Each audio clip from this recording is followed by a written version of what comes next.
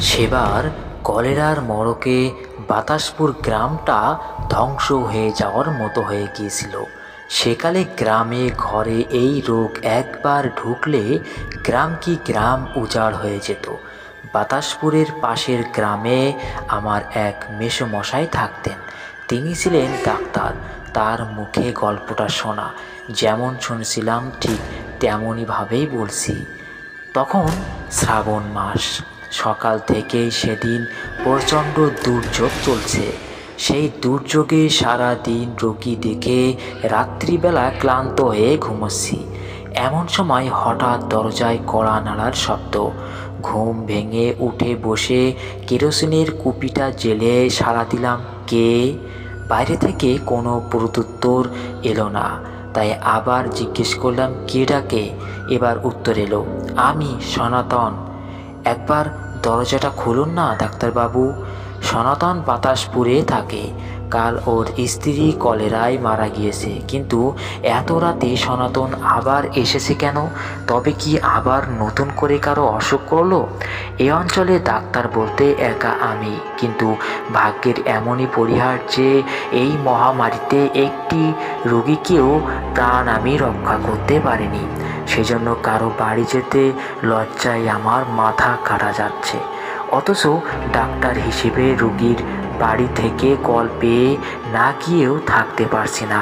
তাই ব্যর্থতা ঢাকবার জন্য সম্পূর্ণ বিনা পয়সায় আমি চিকিৎসা করাচ্ছি।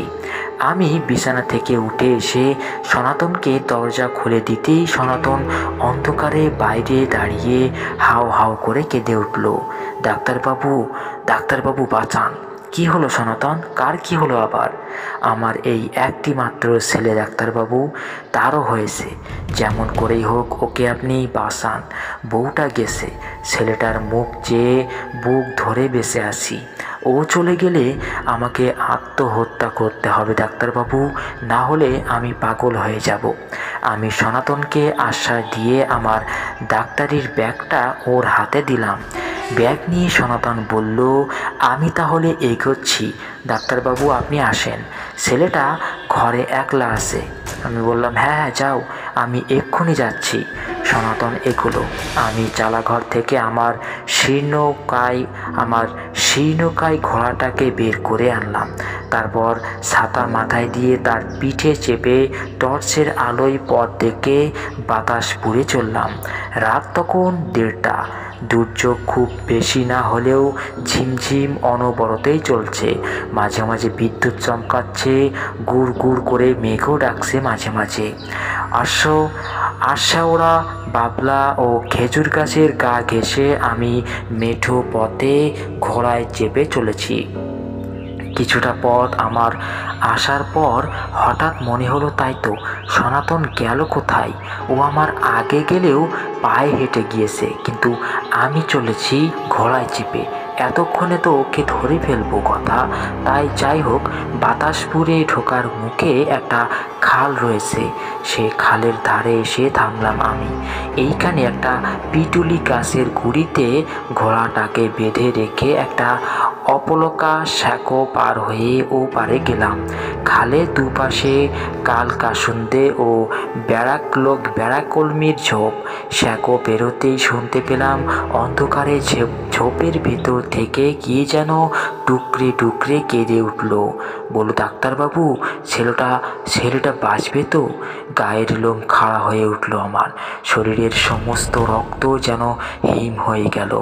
এই যে সনাতনের বউ সৌদামণির গলা, যে সৌদামণিকে আমি আমার ডাক্তারি বিদ্যা প্রয়োগ করেও বাঁচাতে পারিনি, কাল দুপুরে আমার চোখের সামনে সে মারা গিয়েছে।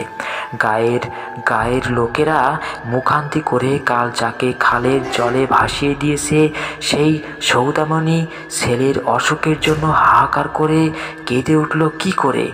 এমন সময় অপ্রত্যাশিতভাবে সনাতনের দেখা পেলে হাত ফেলি করে ফেলতাম। সনাতন একটা হাঁড়িকে নিয়ে এগিয়ে এসে বলল, তাড়াতাড়ি পা চালিয়ে আসুন ডাক্তারবাবু, ছেলেটা কেমন করছে। আমি ভীতু হয়ে বললাম, কিন্তু সনাতন, একটু আগে তোমার বইয়ের গলায় কি যেন বলল, ওসবে কান দেবেন না ডাক্তারবাবু, ওরকম অনেক কান্নাই শুনতে পাবেন এবার থেকে। সারা গা উজাড় হয়ে গিয়েছে, মানুষের আত্মাগুলো সব যাবে কোথায়, তাড়াতাড়ি আসুন। আমি মনে সাহস সঞ্চয় করে সনাতনের পিছু পিছু চললাম। কি জোরে জোরে হাঁটছে সনাতন। তারপর এক সময় সনাতনকেও দেখতে পেলাম না, দেখলাম শুধু হারিকেনটাই মাঠের উপর দিয়ে ভেসে ভেসে চলেছে। আমার তখনকার অবস্থার কথা বলে বোঝাবার মতো নয়। আমি মন্ত্রমুগ্ধের মতো সেই আলোকের অনুসরণ করলাম। এক সময় আলোটাও মিলিয়ে গেল। আমি তখন সনাতনের ঘরের সামনে দাঁড়িয়ে আছি। ঘরটা অন্ধকার। ঘরের সামনে দাঁড়িয়ে ভয়ে ভয়ে কাঁপা কাঁপা গলায় ডাকলাম, সনাতন, সনাতন। কোনো সাড়া নেই। আবার ডাকলাম। আমার ডাক শুনতে পেয়ে আশপাশের বাড়ি থেকে দু একজন আলো নিয়ে এগিয়ে এলো।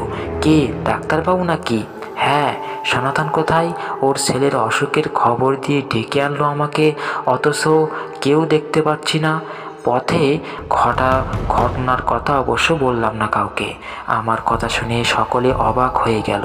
সকলেই বিস্মিত হয়ে বলল, সনাতন আপনাকে ডেকে নিয়ে এলো? আমি বললাম, হ্যাঁ, ব্যাগটাও যে বয়ে আনলো সে। সে কি?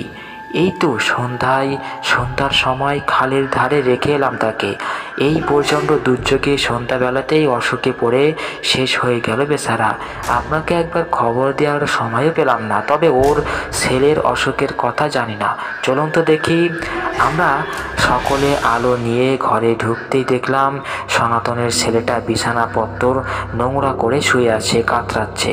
আমার ব্যাগটা সযত্নে বসানো আছে ওর মাথার কাছে। আমি যতটা সম্ভব ওকে পরিষ্কার করে স্যালাইন দিলাম, কিন্তু না, আমার এই চেষ্টাও ব্যর্থ হলো। ঘণ্টাখানেকের মধ্যেই মারা গেল ছেলেটা।